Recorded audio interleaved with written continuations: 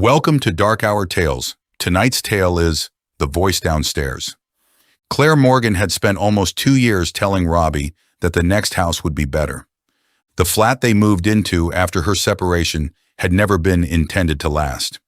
It was too small, too warm in summer, too cold in winter, and every sound from the neighbors seemed to pass directly through the walls. Robbie had learned to do homework at the kitchen table, while Claire worked on her laptop beside him. And Claire had learned to ignore the man upstairs who seemed to move furniture at midnight. So when she finally found the little semi-detached house on Hawthorne Crescent, she signed the tenancy before somebody else could. It wasn't remarkable. The carpets were older than she would have chosen, the kitchen cupboards had been painted badly, and the narrow hallway somehow made the house look smaller from inside than it did from the street. Robbie loved it. At 10 years old, having his own proper bedroom apparently outweighed every other consideration. This room is massive. Claire stood in the doorway surrounded by half-open boxes. It's not massive. I could fit a sofa in here. You are not getting a sofa. A little one. No. Robbie looked thoughtfully toward an empty corner. Beanbag. We'll negotiate.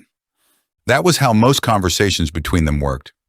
Robbie attempted to turn everything into a negotiation, and Claire pretended she wasn't usually going to give in anyway. His father, Mark, lived 20 minutes away and saw Robbie most weekends. The separation had been difficult, but not disastrous. Claire and Mark had reached the point where they could speak without reopening old arguments, and Robbie had adapted better than either of them had expected. The house felt like the first thing that belonged entirely to Claire and Robbie. For the first week, nothing happened. The cupboard beneath the stairs began opening during the second. Claire noticed it one morning while getting ready for work. Robbie. He appeared at the top of the stairs with his school jumper half on. What? Can you stop leaving this open? What open? The cupboard. I didn't. Claire closed it. Well, someone did. Robbie looked toward the front door. Maybe a burglar. Yes, a burglar broke in, ignored the television, and opened the Hoover cupboard. Could be checking what Hoover we've got. Go brush your teeth. That evening, the cupboard was open again. Claire blamed the catch. The next small incident involved Robbie's water bottle. He couldn't find it before school. Claire searched the kitchen. Robbie checked his bedroom twice. They argued mildly about whether he had left it at football training, and he eventually went to school with an old plastic bottle from the back of a cupboard. The following morning, his missing bottle stood upright in the center of the kitchen table. Claire assumed Robbie had found it. Robbie assumed Claire had. Neither mentioned it again. A few nights later, Claire was working downstairs after Robbie had gone to bed when she heard footsteps crossing the landing above her. She stopped typing. There were 3 slow creaks from the ceiling. Then another. Robbie, she called.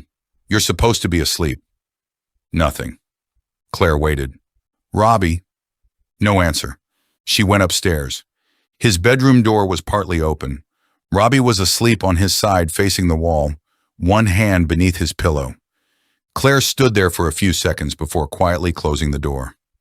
Old house, she thought. Old floorboards, heating pipes. There was always an explanation once you looked for one. Robbie was the first to become uneasy. It happened shortly after midnight on a Thursday. He woke needing water and walked downstairs without switching on the hallway light. Claire had left a small lamp on in the living room, enough to throw a weak rectangle of light across the bottom of the stairs. Robbie reached the hallway and stopped. The kitchen door was moving. It wasn't swinging. It was slowly closing. He watched the dark gap narrow until the latch clicked into place. Robbie remained still. The kitchen was on the opposite side of the house from any open window. He told himself Claire had left it nearly closed, and a draft had done the rest. Then something tapped once against the other side of the door. Robbie went upstairs without getting water. The next morning he almost told Claire. Instead he asked whether she'd been downstairs during the night. No, why? Nothing. Claire looked at him. Robbie, I just heard something. This house makes about 40 different noises every time the heating comes on. Yeah, probably that. It was easier to agree. The voices began so subtly that neither of them recognized them as part of the same thing. Claire was upstairs folding laundry one Saturday afternoon when she heard Robbie call from downstairs. "Mum?" She kept matching socks. "What?" No reply. "Robbie?" Silence. Claire carried the basket downstairs. Robbie was sitting in the living room wearing headphones, completely absorbed in a game. "Did you call me?" He removed one side of the headset. "What?" "Never mind." The following week, Robbie heard Claire say his name while he was doing homework. "Yeah?" Nobody answered. He went into the hallway. The bathroom door was closed and the shower was running upstairs. Robbie stood there, listening. His mother's voice hadn't sounded strange. That was the unsettling part. He had heard it clearly. Robbie. Exactly the way she always said it when she wanted his attention. He didn't mention it. A few days later, Claire was in the living room when she heard Robbie laughing upstairs. Not loudly, just the short burst of laughter he made when watching something on his phone. She smiled without thinking. Then movement outside caught her eye. Robbie was in the back garden kicking a football against the fence. Claire looked at the ceiling. The house was silent. That evening, she asked him whether he'd left a video playing upstairs. "No?" "Tablet?" "No." "You sure?" Robbie gave her the suspicious look children reserve for adults asking obviously pointless questions. "Yeah." Claire let it go. But that night, she checked the cupboard beneath the stairs before going to bed. It was closed. At 3 in the morning, she woke because something fell downstairs. The crash was loud enough to make her sit upright. Claire switched on the bedside lamp and listened. Nothing followed. She walked onto the landing. Robbie's door remained closed. Claire went downstairs. A framed photograph that usually stood on a shelf beside the television lay face down on the carpet.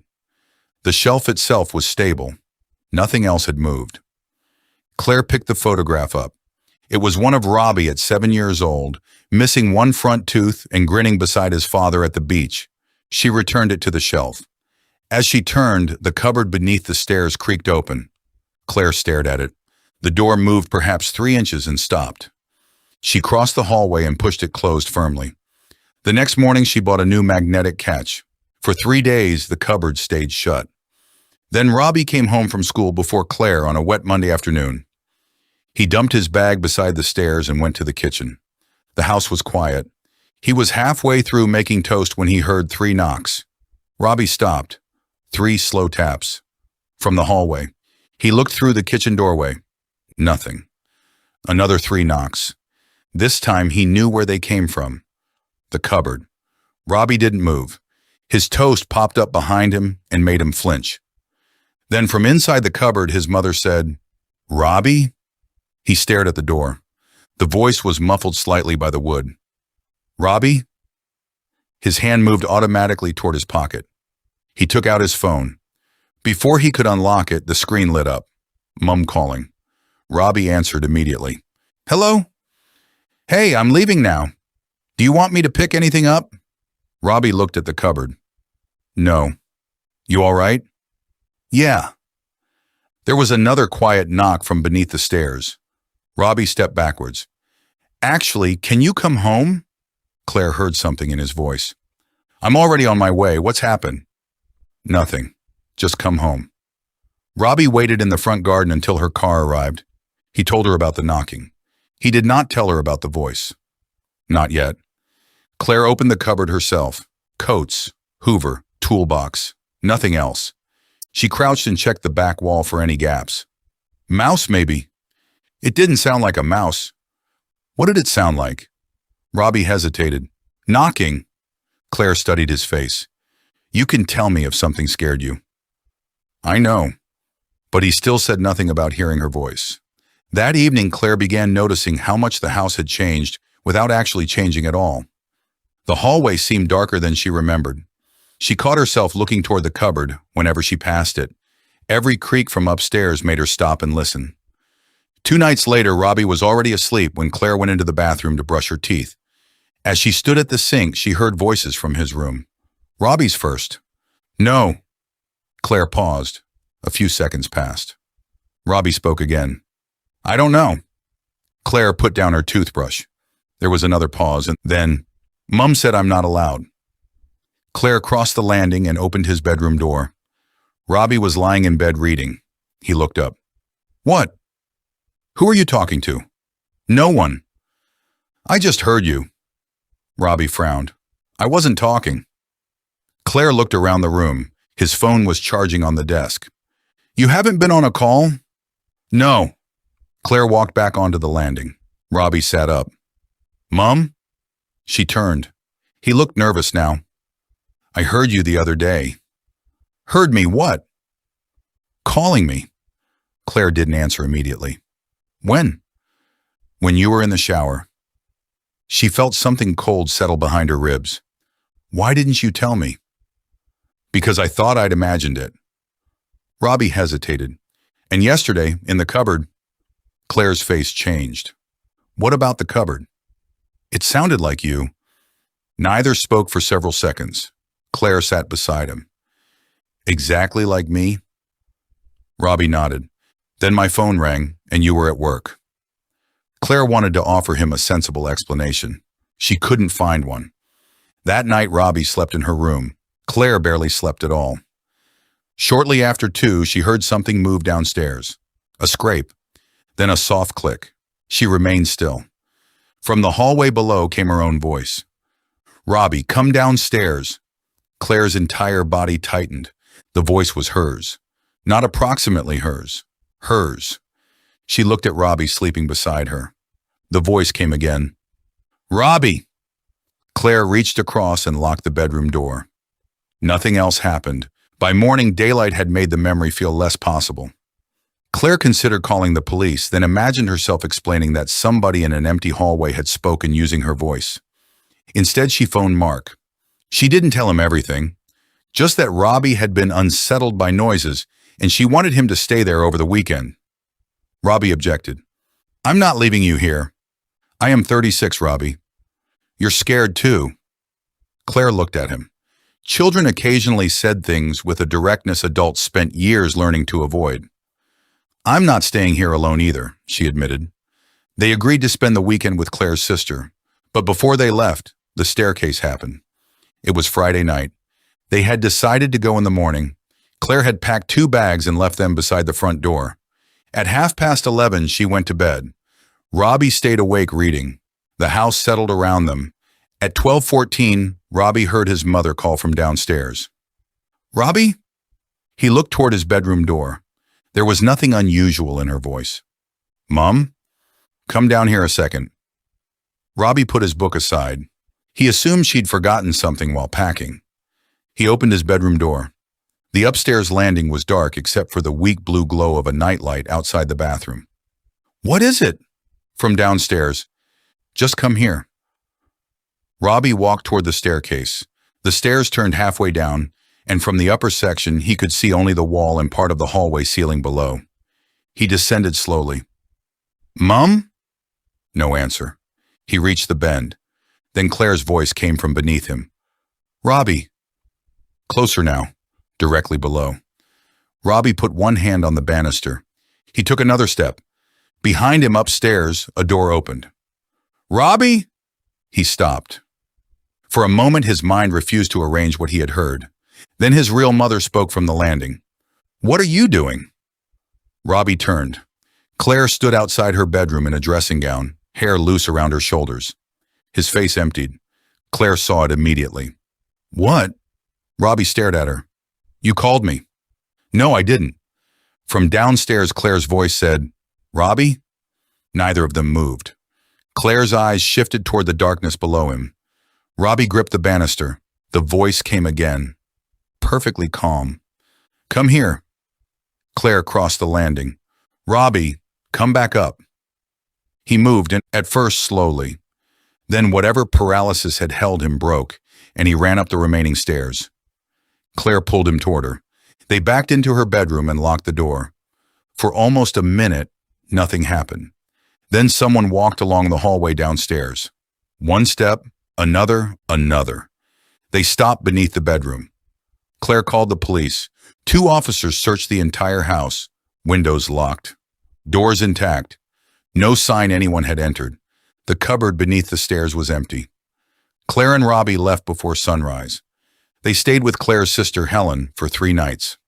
Nothing happened, no voices, no moving objects, no footsteps. Claire arranged to end the tenancy. She had no interest in understanding the house. She only wanted them out.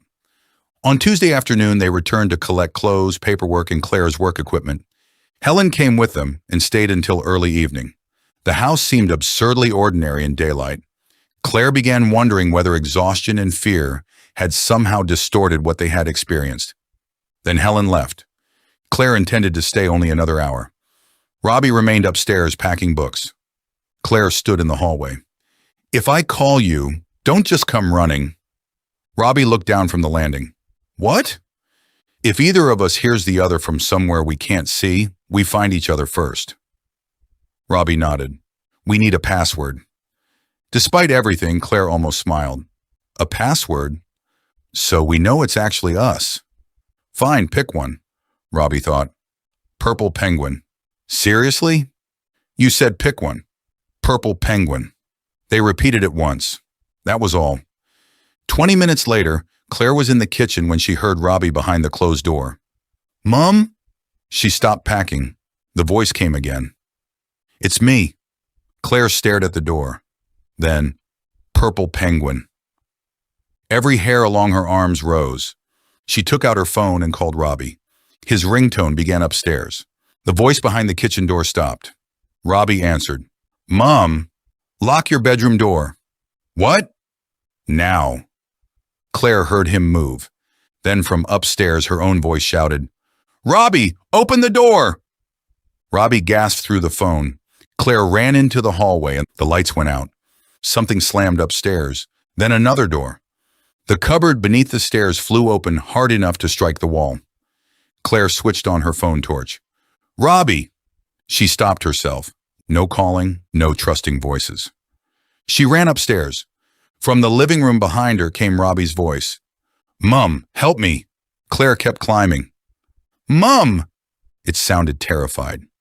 Crying, exactly like him. She reached Robbie's bedroom and hammered on the door.